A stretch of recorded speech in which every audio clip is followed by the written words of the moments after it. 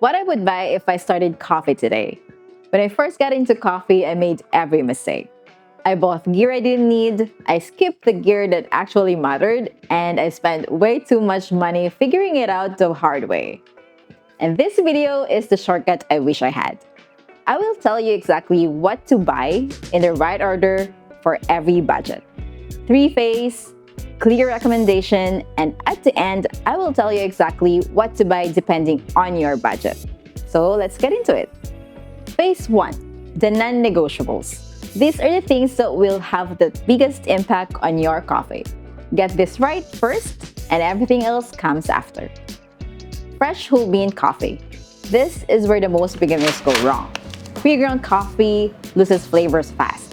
Whole beans stay fresh for weeks. Always look for roast date on the bag, not an expiration date. You want beans roasted within the last 2 to 4 weeks. That one change alone will immediately improve your cup. A burr grinder. This is the single most important piece of equipment you can buy. A bad grinder produces uneven particles. Uneven particles mean uneven extraction. Uneven extraction means a bad cup. A burr grinder fixes that. Here are your options. For entry level, you'll have Timer Chestnut C3S, a hand grinder with steel burrs and a stepless adjustment. Start here if you want great quality without spending a lot.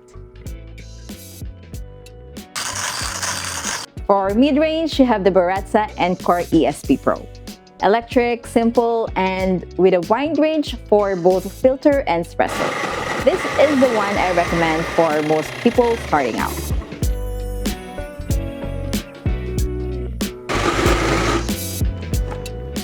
And for premium, you'll have the Malconic X64 SD for electric or the Comandante C40 if you prefer hand grinding. Malconic is a flat burr electric grinder with exceptional clarity. The Comandante is the gold standard of hand grinders. Precise, beautifully built, and made to last a lifetime. Buy either of these if you want the best and you never want to think about upgrading again. Next is the simple brewer. Start with a pour-over dripper or a French press. Both are simple, both are affordable. Both will teach you how coffee actually works. For entry level, you have the Timer French press. Inexpensive and incredibly capable.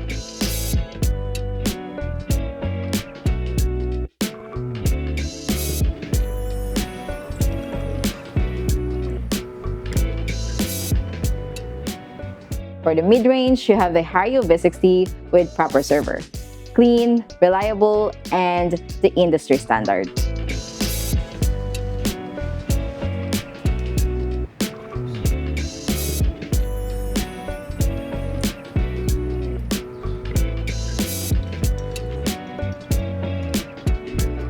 And for the premium, you have the Hario V60 switch. It can act as both pour-over and an immersion brewer at the same time. Do not start with an espresso machine, it adds too many variables too early. Build your foundation first, espresso comes later.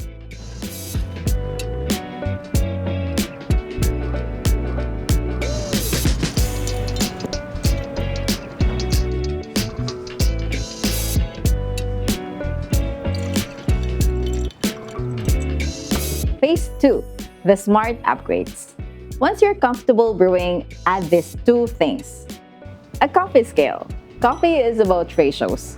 1 gram of coffee to 15 grams of water. That is your starting point.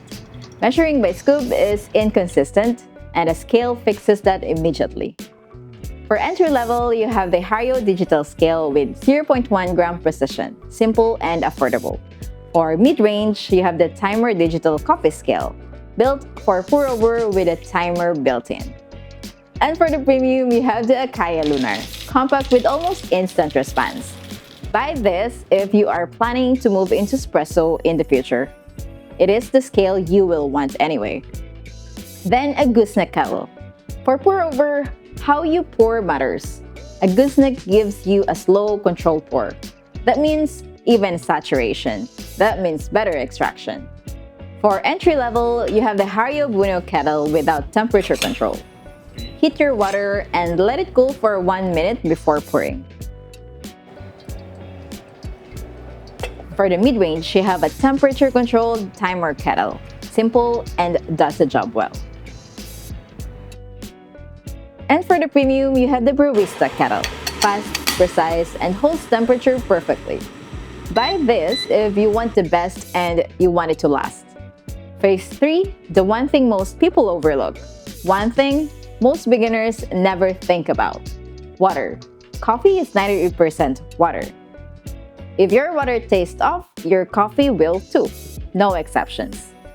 For entry level, you have good bottled water. Try a few options and taste the difference. And for the mid-range, a simple and effective water filtration solution like peak water. It improves the mineral balance without overcomplicating things. And for the premium, you have the Cooligan Zero Water and Apex Love Minerals. Control the exact mineral content of your water. Buy this if you are serious about getting the best from your coffee at home by experimenting with your own water recipe.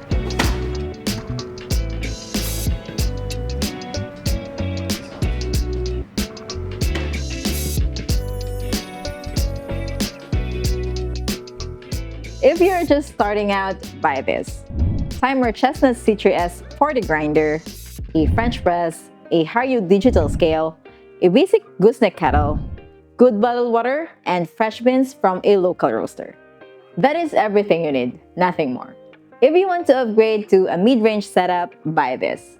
We're at the Anchor ESP Pro, Haru V60 server, timer drip scale, timer gooseneck kettle, and good water. This setup will produce an excellent cup every single day. If you want the best setup for both filter and espresso and you want things to last, buy this. Malkonig X64 ST for electric, Commandante C40 if you prefer hand grinding, Haru V60 switch, Akaya lunar scale, Brewista kettle, and my own water filtration setup of Cooligan Zero Water and Apex Love Minerals. All this level, the only variables left is the bean itself. Here is what to do in order. 1. Buy a good grinder first always. 2. Use fresh whole beans roasted within the last 2 to 4 weeks. 3. Start with a pour-over or French press. 4. Add a scale and gooseneck kettle when you are ready. And 5. Use filtered water from day 1. Start simple, upgrade when it matters, and enjoy every single cup along the way.